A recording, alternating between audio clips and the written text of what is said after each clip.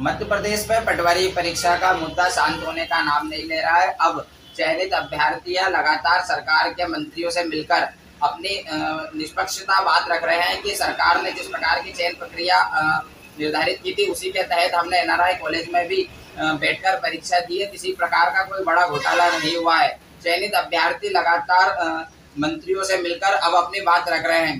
कल ही भोपाल में गृह मंत्री नरोत्तम मिश्रा से एक चयनित अभ्यर्थी का डेलीगेशन मिला था, जिसमें उन्होंने ज्ञापन के माध्यम से सरकार को बताया है कि हमने निष्पक्ष रूप से उस कॉलेज में परीक्षा दी है और किसी प्रकार का कोई घोटाला नहीं हुआ। साथ ही अभ्यर्थी है एनआरआई कॉलेज की, जिसने अपना एक सोशल मीडिया के ऊपर वीडियो डालकर अपनी बात रखी है और साथ में 15 लाख रुपए की जिस प्रकार से आरोप लग रहे थे कि प्रत्येक विद्यार्थी से 15 लाख रुपए लेकर उनका चयन किया गया है, उस पर उसने यहाँ भी साफ कर दिया है कि हम किस प्रकार से गरीब हैं और मेरे पिताजी सिक्योरिटी गार्ड में कार्य करते हैं। हमारी इस प्रकार के इतने रुपए देकर चयनित परीक्षा में पास होने के लिए हमारी जो है आर्थिक स्थिति मजबूत नहीं है।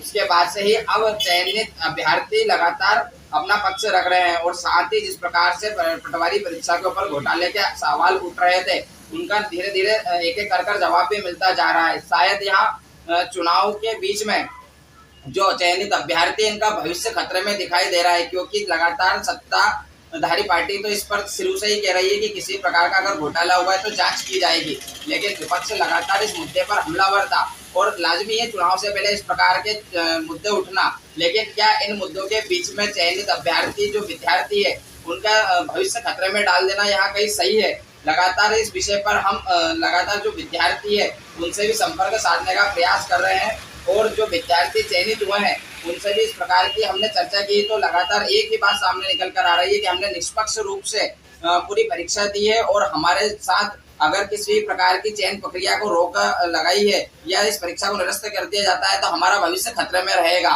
अब देखना होगा क्या मध्य प्रदेश सरकार इस भंवरजाल से किस प्रकार निकलती है, क्योंकि सामने चुनाव है, उसके पहले ये चयनित अभ्यर्थी का जो भविष्य है ये चुनाव के मझधार में कहीं खतरे में तो नहीं पड़ जाएगा, क्योंकि विपक्ष लगातार हमलावर है। और जिस प्रकार से कोचिंग संस्थानों में जिन विद्यार्थियों का चयन नहीं हुआ था वहां भी सड़कों पर है। अब सरकार के सामने दो बड़े मुद्दे फंस चुके हैं। अब देखना यह होगा कि सरकार इनमें से दोनों में से किसको मझधार से बाहर निकालती है, चयनित अभ्यर्थियों को या जो सवाल खड़े कर रहे हैं इस पर परीक्षा के ऊपर। मैं पूजा रावत, मेरे पिताजी का नाम श्री माता दीन रावत। मैंने हाल ही में पटवारी का फॉर्म भरा है, जिसको लेके बहुत सारे विवाद हो रहे हैं। पटवारी का फॉर्म भरा, मेरा सेंटर एनआरआई कॉलेज में पढ़ा था, जो कि शासन के अनुसार दिया गया है, ना कि मेरे अनुसार।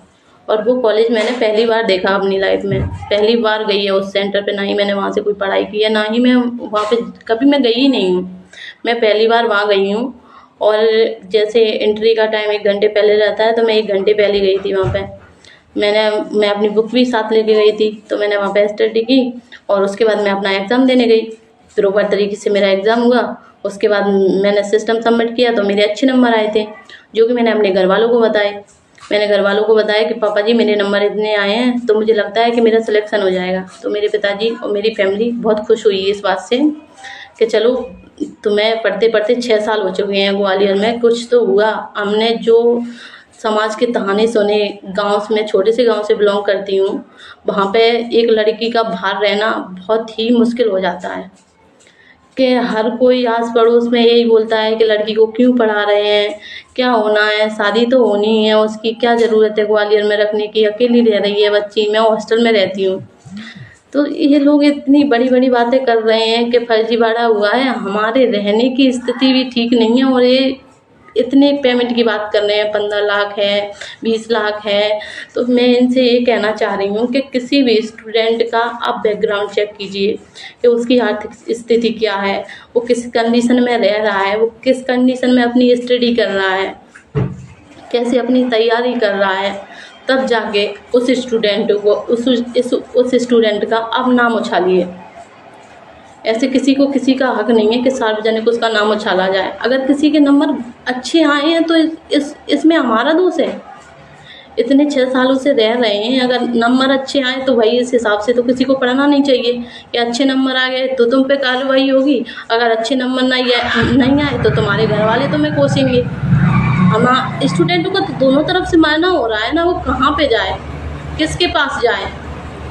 नंबर लाए तब भी परेशानी, नंबर नहीं लाए तब भी परेशानी, तो हम कहाँ पे जाएंगे। सब लोग विरोध कर रहे हैं। अब मैं कुछ समझ नहीं पा रही हूँ कि मैं क्या करूँ। मैं अकेली हूँ, मेरे आगे पीछे कोई है नहीं है। मैं सोशल मीडिया से इतनी कनेक्ट नहीं हूँ, जुड़ी नहीं हूँ वहाँ पे, नहीं मैं कुछ चीज़ें चलाती हूँ। बस मैंने यूट्यूब देखा है, वहीं से मैंने अपनी स्टडी की है, जो भी ऑफलाइन क्लासेस मिलती थी तो मैं अपने घर पे सेल्फ स्टडी करती थी, पढ़ती थी। तो बस वहीं से मैंने ये वीडियो देखी वहाँ पे, तो मुझे मेरे रिजल्ट की जितनी खुशी हुई, मुझे उतना ही दुख इस बात का हुआ है कि लोग क्या क्या बोल रहे हैं। किसी के बारे में किसी को कुछ नहीं पता है कि वो कैसे क्या है, क्या कर रहा है, बस उन्हें बोलना है।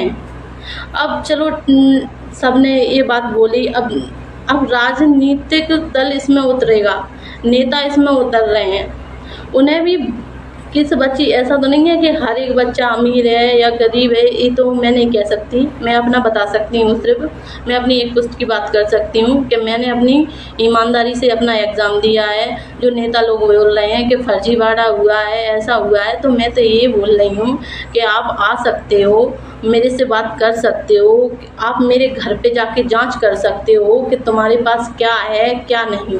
डायरेक्ट तो आप किसी से भी बिना जाने किसी के बारे में कुछ नहीं बोल सकते। कांग्रेस पार्टी के कुछ जो मैंने भाषण सुने थे, उससे मुझे ये लगा कि मैं कैसे प्रदेश में रह रही हूँ। मैं ऐसे लोगों को वोट डालती हूँ जो मेरा ही गला घोंटना चाहते हैं। अब आप बताइए कि मैं क्या करूँ। जो राजनीतिक रोटी सेकी जा रही हैं भाई, वो तुम अच्छे काम करो, अच्छे मुद्दे ढूंढो, उन पे ढूंढो। हमें मुद्दा क्यों बना रहे हो?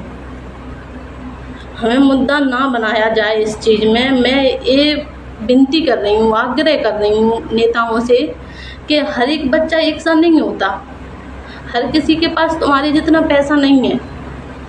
मैं ये गरीब परिवार से बिलोंग करती हूँ, मुझ में इतनी क्षमता नहीं है कि मैं इतने पैसे दे सकूँ या कर सकूँ। मैं कुछ नहीं जानती इन चीज़ों के बारे में। बस मेरा इतना ही आग्रह है आपसे।